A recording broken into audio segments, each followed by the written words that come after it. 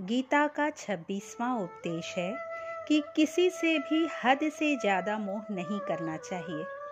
किसी से भी आप हद से ज़्यादा मोह लगाओगे तो आप देख लेना, वो आपको अवश्य दुख देगा, अवश्य रुलाएगा। मोह की वजह से ही आप किसी से जुड़े रहते हैं।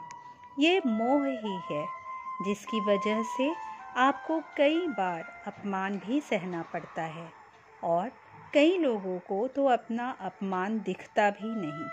सामने वाला उनकी इज्जत तक नहीं कर रहा और वो उसके प्रेम में, मोह में फंसा रहता है। आँखों पर मोह की ऐसी पट्टी लगी रहती है कि सही और गलत की पहचान तक नहीं कर पाते। आप मोह में इतने अंधे बने रहते हैं कि गलत भी आपको सही लगता है। यदि आप किसी इंसान को, किसी रिश्ते को ठीक से समझना चाहते हैं, उसकी सच्चाई को जानना चाहते हैं, तो उसके लिए ज़रूरी है कि आप उस इंसान के मोह से जल्द बाहर आ जाएं। आपका मोह ही आपको दुख देता है। जिस दिन आपका मोह खत्म होगा, उस दिन आपको किसी भी रिश्ते से कोई भी दुख नहीं मिल सकता, क्योंकि फिर आपको उससे कोई फर्क ही नहीं पड़ेगा। गीता का 27वां उपदेश है कि आपको अपने साथ हो रहे अन्याय का विरोध करना चाहिए। कोई यदि आपके साथ अन्याय करे, आपके साथ अधर्म करे, पाप करे, तो उसे दंड अवश्य देना चाहिए। अगर आप उसे सहते रहेंगे तो वो आपके साथ और गलत करते रहेंगे। अन्याय करने वाले से अधिक दोषी अन्याय सहने वाला होता है। अगर आप अन्याय सहेंगे तो उस अन्यायी व्यक्ति के पाप के भागी भी बनोगे। महाभारत के युद्ध में जब भगवान श्री कृष्ण से अर्जुन कहते हैं, मैं युद्ध नहीं लड़ना चाहता। वे कहते हैं, जिनसे मैं युद्ध करने जा रहा हूँ वे मेरे गुरुजन हैं, वे मेरे भाई हैं, परिवार हैं। इनके सामने मैं कैसे हथियार उठाऊं, कैसे इन्हें मारूं? तब भगवान श्री कृष्ण ने अर्जुन से कहा कि जिन्हें तुम अपना मानते हो वो सभी अधर्मी हैं, सभी पाप के पक्ष में खड़े हैं, और अगर तुम इनके साथ युद्ध नहीं करोगे, इन्हें मारोगे नहीं, तो समाज में पाप और भी बढ़ जाएगा। जब कोई ऐसे पापियों को नहीं रोकता तो ऐसे पापी इंसान और भी पाप करते हैं।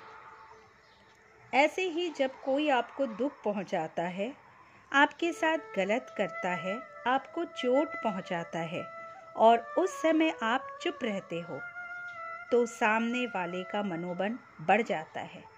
वो आपको कमज़ोर समझने लगता है और आपके साथ गलत करने का अधिकार भी समझने लगता है।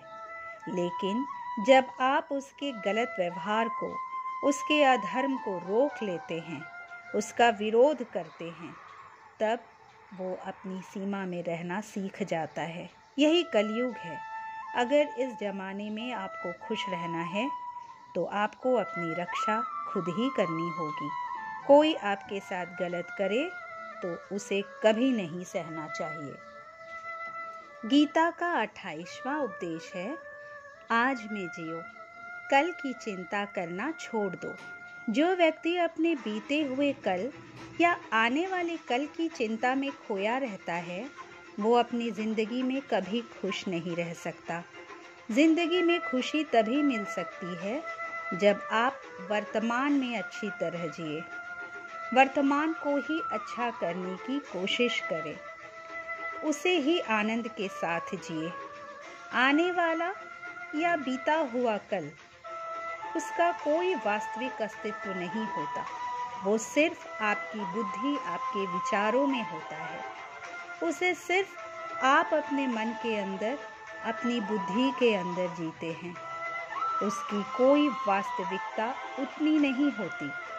उसे सिर्फ आप अपने मन, अपनी बुद्धि के अंदर जीते हैं। लेकिन जिसे आप अपनी वास्तविकता में जीते हैं, वो आपका आज होता है, आपका वर्तमान होता है।